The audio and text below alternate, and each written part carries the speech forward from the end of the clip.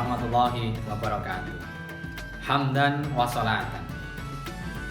Ada seorang sahabat namanya Sya'ban radhiyallahu anhu. Ketika beliau dalam sakaratul maut, beliau mengucapkan 3 kalimat. Yang pertama, seandainya lebih jauh lagi. Kemudian yang kedua, seandainya semuanya. Kemudian yang ketiga, seandainya yang baru. Dan bersyahadat, setelah bersyahadat akhirnya sahabat ini meninggal. Sang istri yang menunggu bingung, apa yang diucapkan ini? Kok mengatakan kalimat yang dia tidak paham maknanya? Apakah ini wasiat atau hanya sekedar mengigu saja? Akhirnya tidak paham, makanya diurus jenazahnya dengan masyarakat, akhirnya dimakamkan. Setelah itu selesai. Tidak seberapa lama, alhamdulillah, datanglah Rasulullah SAW bersama para sahabat. Kenapa? Karena memang di malam subuh itu tidak dilihat Sya'ban. Yang biasanya memang Sya'ban ini adalah sahabat yang rajin datang ke masjid setiap 5 waktu, kemudian mengambil tempat yang paling depan dan paling pojok. Nah, ketika itu Rasulullah tidak melihatnya. Ketika ditanya para sahabat yang tidak pada tahu, kemudian dikunjungi lagi.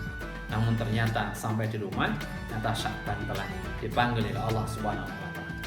Nah, inilah yang digunakan oleh sang istri untuk bertanya kepada Rasulullah tentang kalimat yang diucapkan oleh suaminya ini. Ya Rasulullah, kok suami saya ketika sakaratul maut mengucapkan 3 kalimat yang saya tidak paham ya Rasulullah? Apakah itu wasiat atau hanya mengikut saja ya Rasulullah? Dan Rasulullah bertanya, apa yang diucapkan?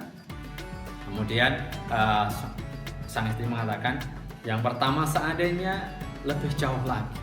Dan terdiam sebentar, disambut seandainya semuanya. Diam sebentar, kemudian yang ketiga seandainya yang baru. Setelah itu bersyahadat, akhirnya meninggal ya Rasulullah. Tersenyum Rasulullah mendengar apa yang disampaikan oleh sang istri sahabat Sya'ban.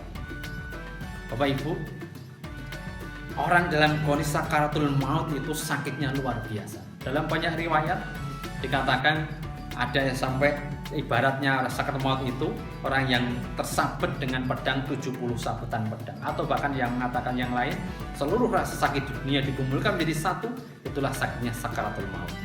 Tapi Bapak Ibu, rasa sakit itu terkadang tergantung pada kondisi suasana seseorang. Contoh gampangnya begini, sama-sama sakit pusing tapi bisa berbeda rasanya. Contoh yang pertama, misalnya pusing, kemudian dia pulang, kemudian ketika pulang tidur, dan ada yang orang yang mengetuk pintu, assalamualaikum, waalaikumsalam, siapa? Didatangi oleh seorang tokoh, kemudian menyampaikan, wah, karena engkau adalah orang yang soleh, ini alhamdulillah ada rezeki, ini saya beri hadiah 100 juta rupiah. Kira-kira pusingnya bagaimana? Ya. Sebenarnya saya yakin pusingnya tidak sembuh, tetapi karena rasa suka, rasa senang yang luar biasa, maka pusingnya menjadi tidak terasa. Tapi sebaliknya, ketika dia pusing, dia tidur di rumah, kemudian tiba-tiba ada orang yang menggedor pintunya, bukan nama memberi hadiah, tapi nagih hutang, sudah jatuh tempo, kalau tidak selesai dibayarkan maka akan disita rumahnya. Kira-kira pusingnya ya jauh lebih sakit. Nah, demikian pula dalam orang kondisi sakaratul maut, tergantung dari apa yang dia rasakan. Ketika ditunjukkan surga, maka rasa sakit apapun tidak terasa, tapi sebaliknya ketika ditunjukkan neraka, maka akan menjadi jauh lebih sakit. Nah, kembali kepada Sya'ban yang disampaikan Sya'ban tadi. Ternyata Sya'ban ini ketika di dunia mengamalkan 3 amal yang kelihatannya hanya sepele, hanya biasa, tapi pahalanya luar biasa. Yang pertama, seandainya lebih jauh lagi.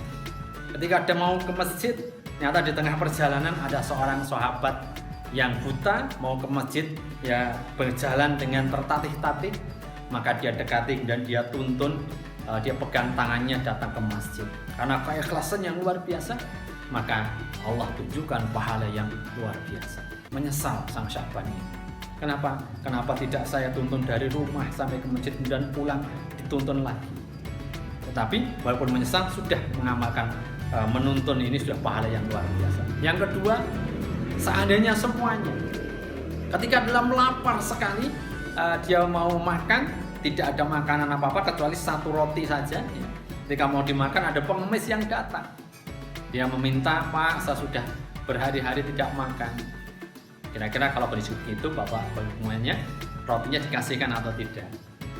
Nah, ternyata Sya'ban ini rotinya dibelah jadi dua, yang separuh diberikan kepada pengemis, yang separuh dimakan sendiri. Nah, tapi ternyata keikhlasan yang luar biasa, Allah tunjukkan pahala yang luar biasa.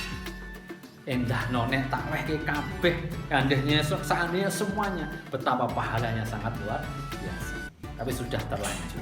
Walaupun terlanjur, sudah mau memberikan separuh. Yang terakhir, seandainya yang baru.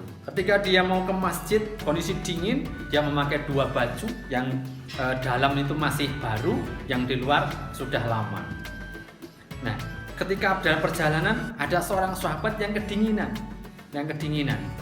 Maka dengan serta-merta, dengan ikhlas, maka baju yang satu yang lama ini diberikan kepada sahabat ini, kemudian ke masjid bersama-sama. Nah, ternyata Allah sudah tunjukkan pahala ketika sakaratul maut yang luar biasa.